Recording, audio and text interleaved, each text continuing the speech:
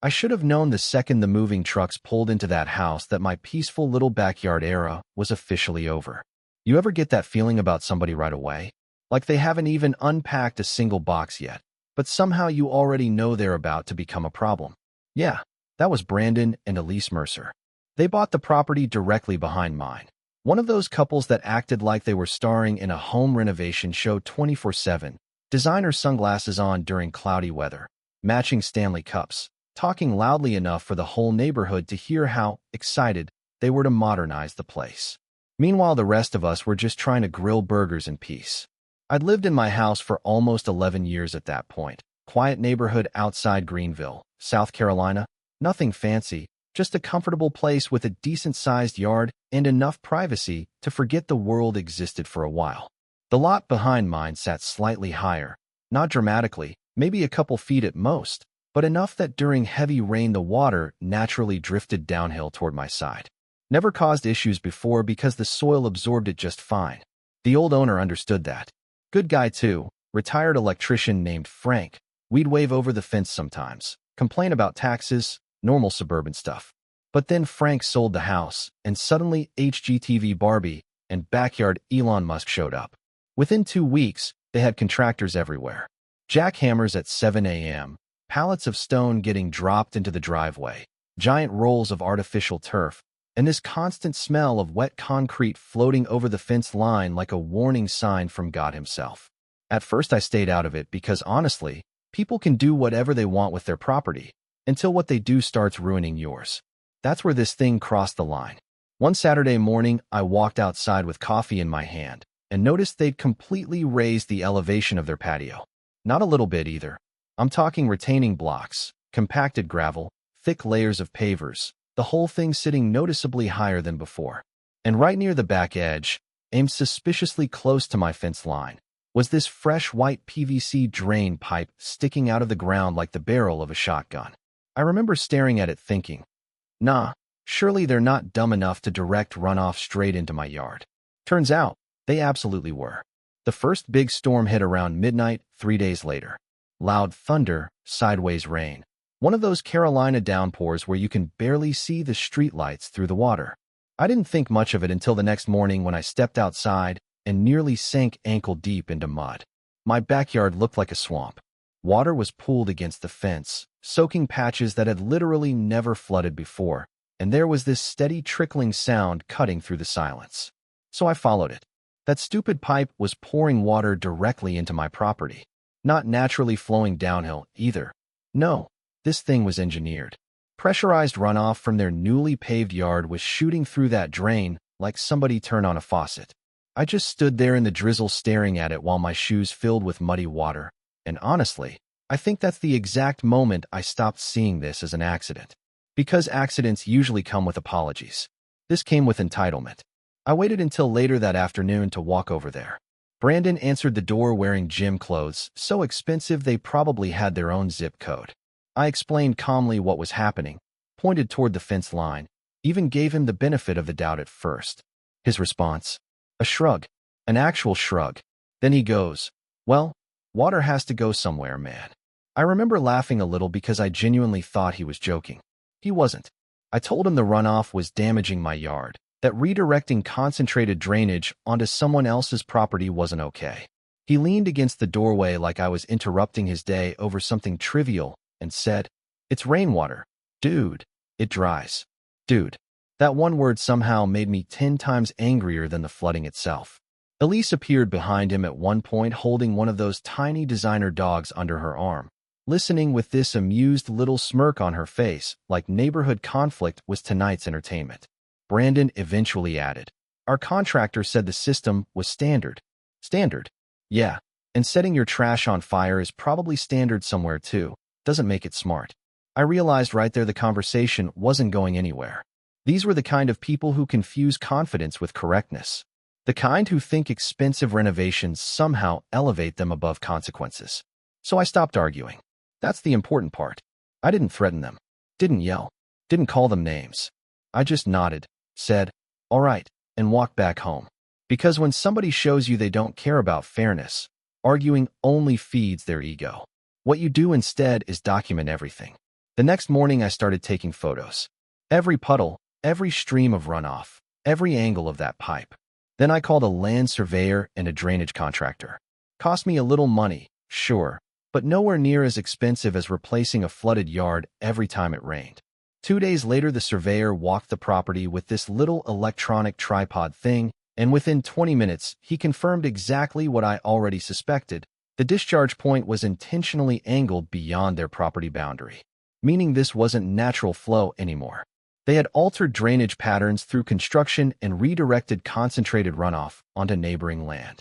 And buddy, that changes everything. The contractor actually laughed when he saw the setup. Not because it was funny, but because apparently this kind of suburban arrogance happens more than people realize. He told me, guys like this think if they pay enough for landscaping, gravity becomes someone else's problem. That line stayed in my head for days. Because that's exactly what Brandon had done. Turned his problem into mine, then acted annoyed when I noticed. And the craziest part? He truly believed I'd just live with it. That I'd absorb the inconvenience quietly, because confrontation makes most neighbors uncomfortable. But what Brandon didn't understand was that I grew up around stubborn men who solved problems with patience, not volume. And patience can become a dangerous thing when somebody mistakes it for weakness. Now let me pause the story for a second because this is where a lot of homeowners make a huge mistake, especially in HOA neighborhoods or newer suburban developments where everybody's trying to squeeze luxury upgrades onto cookie-cutter lots. According to standard procedure, once you alter the elevation or drainage system on your property, you become responsible for where that water ends up. That's not just neighbor etiquette. In a lot of states, it's a liability issue. From a legal perspective, you generally cannot collect and redirect concentrated runoff onto someone else's land if it causes damage or pooling. Natural drainage? Totally different conversation. Artificially engineered drainage? Yeah, courts look at that very differently. And honestly, this is also a psychological trap people fall into all the time. Somebody spends 30, 40, 50 grand renovating a backyard. Suddenly, they start feeling untouchable. They convince themselves the nicer their property looks, the more authority they have over the people around them. That little shrug Brandon gave me at the door, that wasn't confidence. It was assumption. He assumed I'd avoid conflict because most neighbors do. And people like that usually keep pushing until somebody quietly reminds them that property lines aren't suggestions, they're boundaries. So after the survey came back, I stopped reacting emotionally and started thinking strategically. That's the part people never expect. They expect yelling, police calls, Facebook neighborhood drama, maybe one of those passive-aggressive HOA emails written entirely in capital letters. But calm people are dangerous when they finally decide they're done being reasonable. For the next week, I barely acknowledged Brandon and Elise at all. Meanwhile, every time it rained, that pipe kept dumping water into my yard like clockwork. The puddles got worse, the ground stayed saturated longer, and mosquitoes started showing up by the hundreds. My backyard smelled like wet dirt and resentment. But instead of fighting them directly, I used the time to build a plan. The drainage contractor I hired, older guy named Vic, came back out with sketches and measurements. He walked the property line slowly, hands in his pockets, occasionally kicking at the mud with his boot while thinking. Then he looked over at Brandon's elevated patio and gave me this tiny grin. You know, he said, gravity works both ways. And that's when the whole idea clicked into place. See, I wasn't trying to damage their property. That matters. I need people to understand that. I wasn't building some illegal revenge flood system or trying to destroy somebody's house. Everything we designed stayed entirely on my property and followed drainage compliance rules. That's what made it beautiful. We weren't creating a problem. We were simply refusing to absorb theirs anymore. 3 mornings later, a landscaping crew showed up outside my house at exactly 8 a.m. Dump trucks, compactors, pallets of retaining stone, the whole operation. You should have seen Brandon's face when he stepped into his backyard holding his morning coffee and realized something was happening along the fence line. He walked over almost immediately. What's all this? He asked. I remember Vic answering before I could. Drainage correction. Brandon looked confused for half a second, then suspicious. On your side? He asked me. I nodded. Yep. Fixing my yard. That answer bothered him way more than if I'd started arguing again, because now he couldn't predict what was coming. And people who rely on intimidation hate uncertainty. The crew started by excavating a long strip across the rear section of my yard directly facing the discharge pipe. Then they installed a compacted retaining ridge, almost 2 feet high at its peak, reinforced with stone and packed soil. It wasn't ugly either. That's the funny part. It actually looked pretty clean once it started taking shape, almost like one of those decorative landscape borders people put around flower beds. Brandon stood there watching the entire process with his arms crossed while Elise pretended not to stare from their patio furniture. Every now and then I'd catch them whispering to each other. You could practically see the anxiety growing in real time because suddenly they realized I wasn't just complaining anymore. I was adapting. But the retaining ridge wasn't the important part. The important part was what came next. Behind the barrier, Vic's crew carefully regrade the soil, creating a subtle slope running sideways along the property line instead of downhill toward my lawn. Then they laid a long stone drainage channel filled with gravel beneath decorative rock, clean-looking but functional. The trench stretched all the way to the far corner of my yard near the edge of Brandon's new patio. And here's the key detail. His fancy remodel had one weak spot. The side section of his patio sat slightly lower than the rest because of how the pavers connected near the fence gate. Tiny elevation difference. Barely noticeable, but water notices everything. By the time the project was finished, the whole system looked intentional, polished, legal, and completely defensive in design. Brandon kept trying to figure out whether he should be angry about it, but technically there was nothing he could challenge. I wasn't touching his property, wasn't blocking public drainage, wasn't violating HOA rules. I even checked those beforehand because people like Brandon love hiding behind paperwork once confidence stops working. Then came the storm. 3 nights later the sky turned dark around dinner time, heavy clouds rolling in low like bruises across the horizon. I remember sitting by the back window with a bourbon in my hand, just listening to the rain start tapping against the glass. Slow at first, then harder, then absolutely hammering the neighborhood. Within minutes, water started pouring out of Brandon's pipe again, exactly like before. Except this time I wasn't anxious. I was curious. I stepped outside under the covered porch while rain pounded the yard in sheets. Across the fence, Brandon appeared too.